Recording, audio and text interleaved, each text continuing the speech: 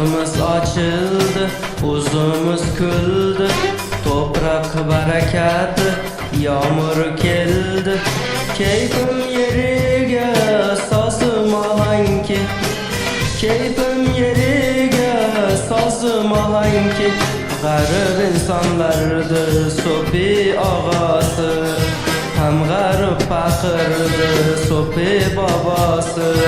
Garip insanlardı Sopi ağası, hem garip fakirdi Sopi babası.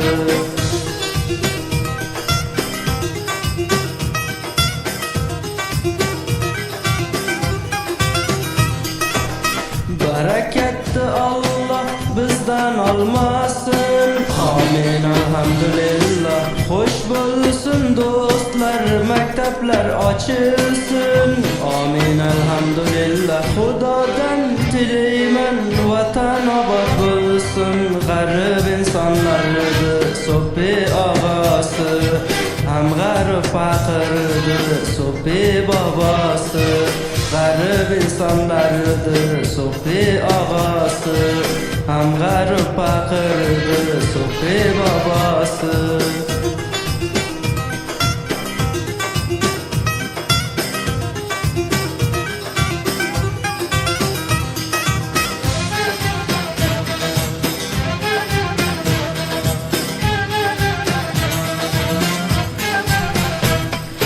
Haramdan uzak, Xudoga qarib, qo'limiz duoga, qalbimizga Allah.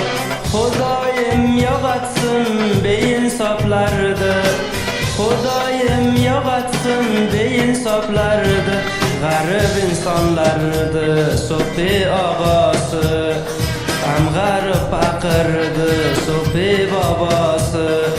G'arib insonlarni Sopi og'asi, ham g'arib faqirdi Sopi bobosi.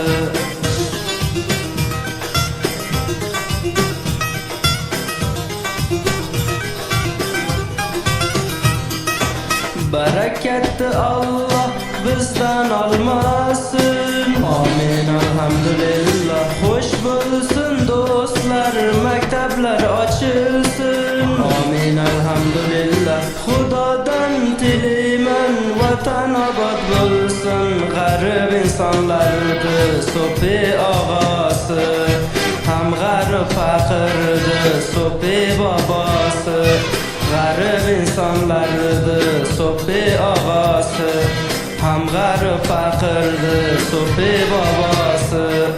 Garip insanlardı Sopi ağası, hem garip fakirdi Sopi babası.